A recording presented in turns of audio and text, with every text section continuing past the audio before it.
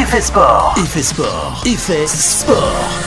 Retour sur Radio Calade, c'est Effet Sport, la deuxième partie, et on va passer à l'interview du jour. C'est Eddy Bardin qui nous parle du club, le VHB, ses ambitions aussi pour la une, et après qui nous parle de l'affaire de Montpellier qui a lieu en ce moment, avec, comme on le sait, Karabatic, les frères Karabatic et les autres joueurs. Voilà l'histoire des paris. Donc on écoute l'interview tout de suite.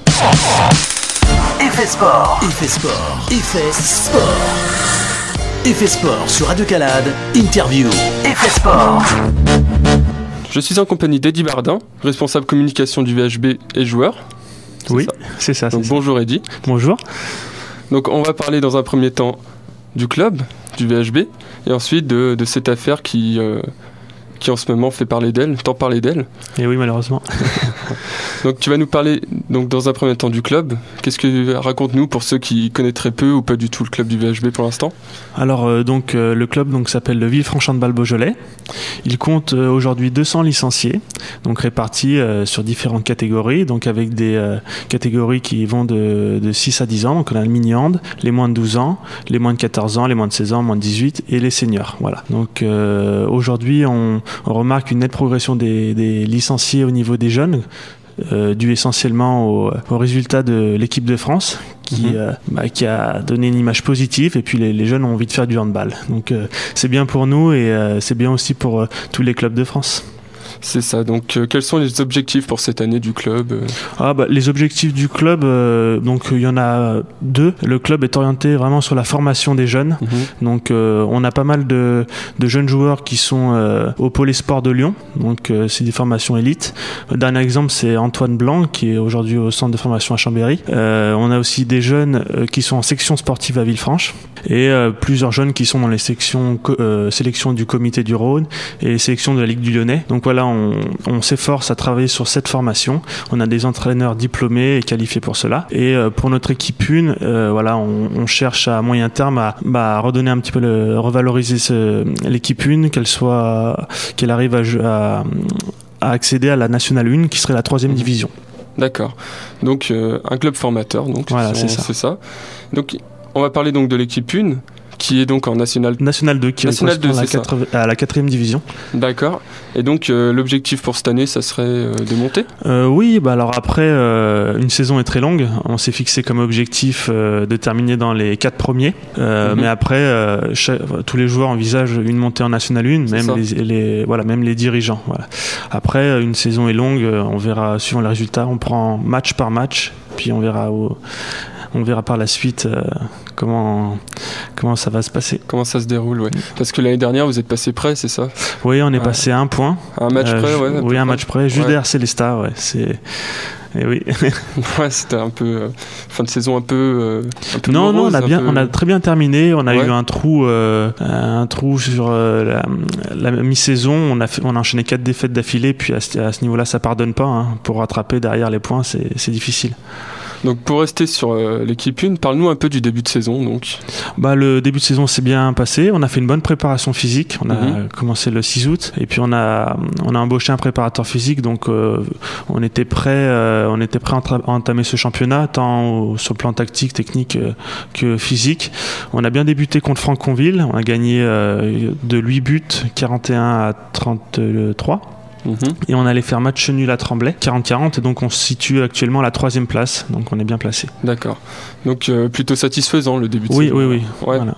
Il y aurait quelque chose à modifier ou rester sur ce plan-là Oui. Après, voilà, ce que j'évoquais un petit peu tout à l'heure, c'est qu'il faut vraiment rester régulier sur les performances, et vraiment enchaîner les victoires sur des séries. Voilà, ça c'est important, enchaîner 4-5 victoires, ça permet d'engranger des points et de situer en haut du tableau. Et pour rester sur une dynamique positive sur le long de la saison. D'accord, parce que l'effectif n'est pas trop changé, à part quelques départs. Il y a eu quelques départs, il y a eu notre ailier gauche Enzo Gomez qui est parti en Angleterre, Patrick De Freptas qui est parti à Bourgoin, Antoine Blanc qui est allé en centre de formation à Chambéry, et le dernier Mathieu Caudal qui est parti en Allemagne. D'accord. Donc, mais on a eu des recrues, donc Pierre Mathès et Paul Allemand qui nous viennent de Caluire. Donc c'est des joueurs qu'on connaît aussi, qu'on a évolué avec eux au pôle ou ailleurs. Donc ça, cette année, notre force, ça va être solidarité, puisqu'on se connaît tous, et puis je pense qu'il va y avoir une émulation autour de cette équipe, et dans cette équipe qui va nous permettre de gagner des matchs qu'on ne pouvait pas gagner l'année dernière, dans les Money Time. On en finit pour le club de Villefranche, le VHB, et on va parler d'un truc un peu moins marrant, qui fâche un peu. Donc nous sommes en plein dans l'affaire des paris dits truqués du match de Montpellier face à Cesson en mai dernier, où donc si 8 joueurs, dont les 2 frères Karabatic, ont été entendus par la police sur ce sujet-là. Donc qu'est-ce que tu aurais à dire sur cette affaire, et quel est ton point de vue personnel par rapport à ça, toi ? Je pense que c'est un petit peu dommage, parce que c'est des joueurs qui ont une telle importance pour le handball français et qui ont donné une image très positive jusqu'à maintenant, qui ont fait du handball ce qu'est le handball aujourd'hui. Ouais, surtout Karabatic, Nicolas Karabatic, ouais. Mais bon, après cette affaire, moi personnellement, je connais pas les causes et les conséquences. J'espère que ça va bien se terminer. Je pense aussi qu'ils auraient pu éviter de faire une bêtise entre guillemets comme ça, parce que je pense que s'ils sont là aujourd'hui, c'est qu'il y a eu quand même erreur. Et puis voilà, je trouve moi personnellement, et je pense pour tous les handballeurs français, ça va pas modifier l'image qu'on a d'eux, puisque même le championnat, quand ils ont fait ces paris, était déjà bouclé.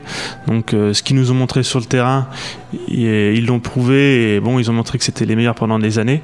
Après voilà, moi je trouve quand même dommage qu'ils aient fait ces paris.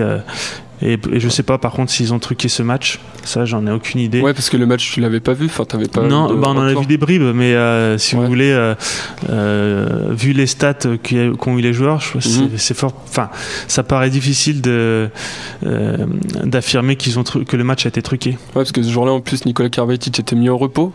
Oui, il y avait quelques questions quand même, mais bon. Il y avait pas mal de joueurs en repos. Ouais. Donc, mais bon, je pense qu'ils ont voulu, jouer à plusieurs. Et maintenant ils le payent cher, alors que je pense qu'ils pensaient pas payer autant, quoi. Ouais, ils s'attendaient peut-être pas à un truc comme ça. Je pense que c'était ils voulaient rigoler en fin de saison entre guillemets, et ils pensaient pas que ça allait avoir des conséquences aussi graves, je pense. Après c'est mon avis, mais c'est vrai que c'est dommage parce que le handball était bien parti, là ça gâche un petit peu. Ouais, c'est ça, justement. Est-ce que ça pourrait faire du tort au handball qui était en plein boom, j'ai envie de dire, qui était en train de se faire médiatiser vraiment grâce à nos experts qui gagnent titre sur titre?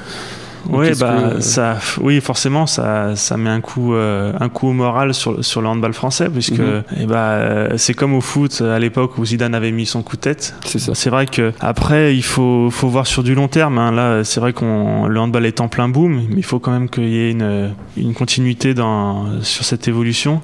Mais je pense que oui, ça peut à court terme avoir vraiment une importance sur les nombres de licences, etc. Parce que bon, les médias font aussi ont beaucoup diffusé cette affaire sur les journaux, etc. Donc tout le monde sait que Karabatic et les joueurs de Montpellier ont triché, quoi. Donc c'est vrai que ça fait un peu une image, une mauvaise image. Hein. C'est vrai qu'on en met beaucoup sur les joueurs, mais c'est quand même bien poussé par les médias pour en parler, pour faire du buzz. C'est ça le problème. C'est ça, Donc parfait. En tout cas, je te remercie. Donc oui, merci d'être venu, Eddy. Voilà. Bah écoute, en espérant qu'on puisse venir à la prochaine émission, pour discuter aussi un petit peu et parler avec des joueurs ou l'entraîneur, Voilà, c'est ça. Puis en espérant que on va donner une bonne image de notre ville et puis cette année qu'on arrive à réaliser notre projet. Mais Villefranche est toujours bien vu niveau handball de toute façon depuis plusieurs années quand même. Donc, oui, c'est vrai. Il y aura pas de souci avec ça. Voilà. Merci Eddy. Et je te remercie. Effet Sport.